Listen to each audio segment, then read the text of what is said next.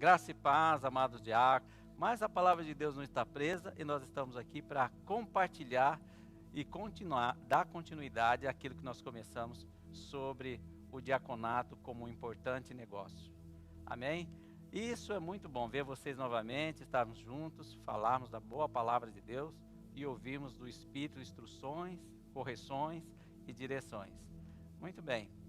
Dando continuidade, lá em Atos 2, 6, capítulo 6, versículo 2, está escrito: E os 12, convocando a multidão dos discípulos, disseram: Não é razoável que deixemos a palavra de Deus e sirvamos às mesas. Ora, é evidente que dentro do corpo de Cristo, há diversas operações.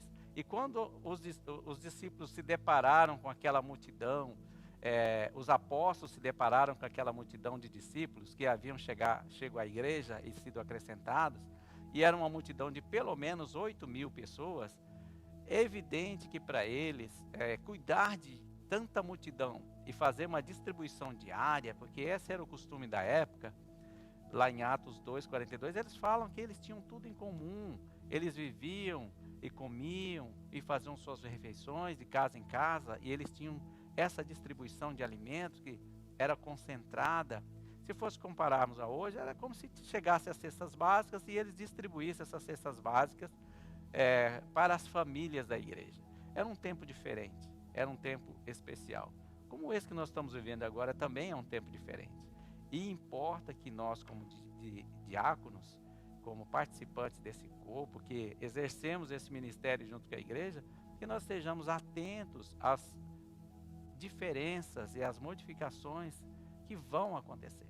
E principalmente quando nós temos a perspectiva do aumento, do crescimento, né?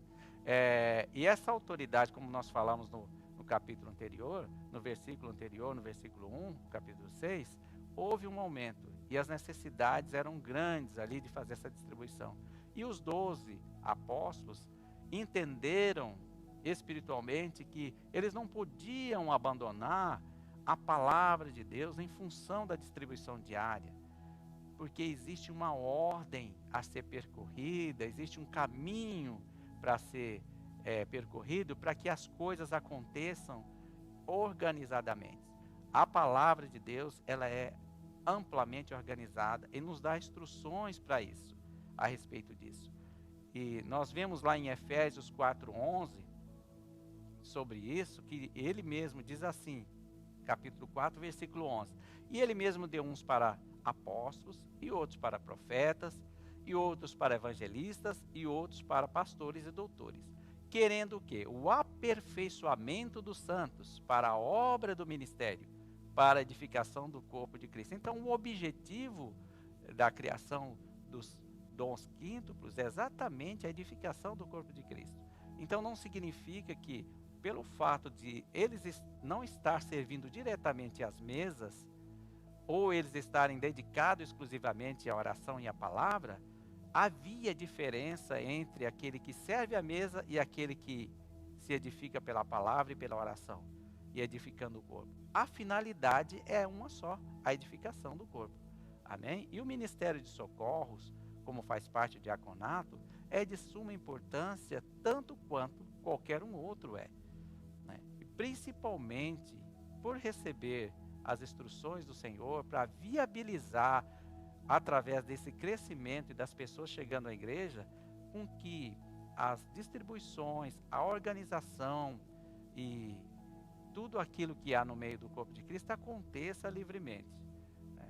E acontecendo essa multidão de pessoas que chegou, havia entre eles uma mistura de pessoas, né? São personalidades e caráter diferentes um do outro. Eles são pessoas que vinham, como eu disse anteriormente, de diversas fontes e países naquela época de Atos 2, mas hoje também nós temos na igreja uma mistura de pessoas que vêm para se reconciliar, que vêm para aceitar Jesus, que vêm simplesmente porque quer conhecer algo diferente e encontram a presença de Deus. E é necessário então que essas pessoas sejam atendidas. Só que nem sempre o atendimento delas é um atendimento pastoral. ela pode ser um atendimento diaconal. Muitas vezes ela precisa receber a palavra, mas receber o pão cotidiano. E não é necessário que os homens que estão determinados para ouvir a Deus pela oração e pela palavra se empenhem na prática e na execução da distribuição diária. Então, através dessa dificuldade, os 12 convocaram a multidão dos discípulos e disseram: bom, no meio da multidão haverá um consenso a respeito de quem possa ser aqueles que vão ser chamados para a execução desse trabalho. Assim como nós, eu e Beth, nós também fomos convocados para convocar outros. E foram colocados sobre nós, sob imposição de mãos, esse desígnio, esse trabalho de convocar, preparar e treinar homens e mulheres de Deus que pudessem executar o trabalho diaconal. Em Atos dos Apóstolos 2:9, diz que havia uma multidão de pessoas, entre pardos, medos, elamitas e os que habitavam na Mesopotâmia, na Judéia, na Capadócia, no Ponto, na Ásia, na Frígia, na Panfilha, no Egito, nas partes da Líbia, junto a Cirene, e forasteiros romanos, tanto judeus como prosélitos, e cretenses e árabes, todos os termos, ouvindo em nossas próprias línguas. Lá em Atos 2 fala isso. Então, quando eles receberam o Espírito Santo, naquela descida do Espírito Santo, houve esse conglomerado de nações. E para que isso aconteça de forma razoável dentro do corpo de Cristo, é preciso que nós estejamos preparados. E não é razoável dividir isso com quem se dedica à oração e à palavra. Então, a razoabilidade entre as atividades diárias e a dedicação à palavra, ela deve existir, separando os pastores, aqueles que estão incumbidos de trazer a palavra de Deus, do corpo de Cristo que opera em outras atividades, sem, contanto, nos esquecermos que em nós mesmos nós precisamos nos edificar diante do Senhor. E nós vamos tratar disso nos próximos capítulos. Em 1 Coríntios 1:10, diz assim: rogo-vos, pois, irmãos, pelo nome do nosso Senhor Jesus Cristo, que digais todos uma mesma coisa, e que não haja entre vós dissensões, antes sejais unidos, em um mesmo sentido, em um mesmo parecer. Esse versículo era assim, primariamente tinha uma preferência no coração do pastor Band com relação à igreja. E ele, nos últimos dias da sua vida na face da terra, ele enfatizou para nós muito sobre isso.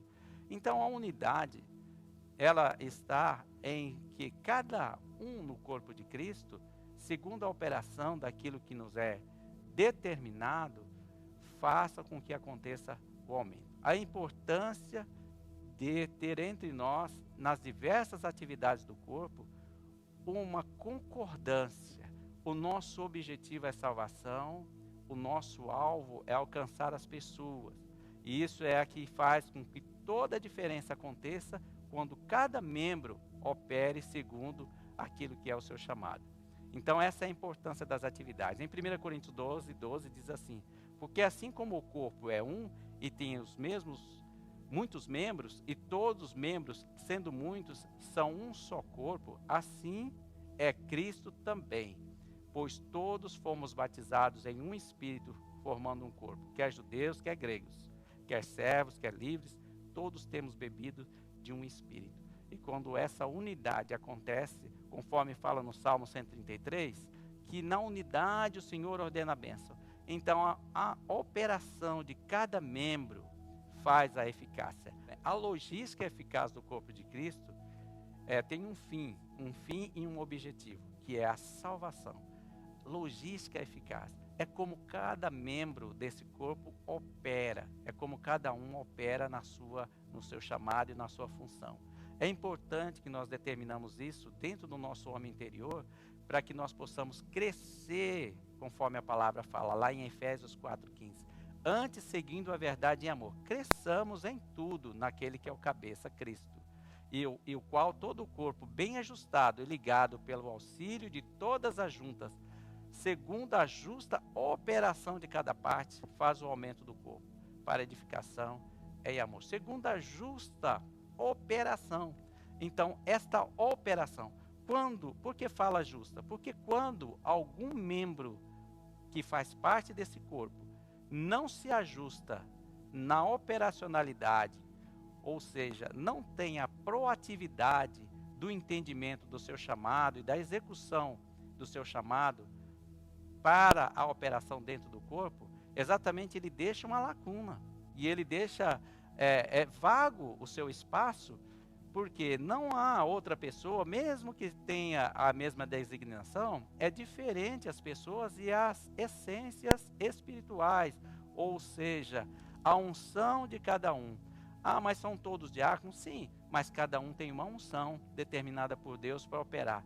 Ah, mas para distribuir envelopes e para carregar cadeiras, é preciso ter unção? Irmão, é preciso ter unção para tudo. Tanto na nossa vida, na igreja, como fora daqui.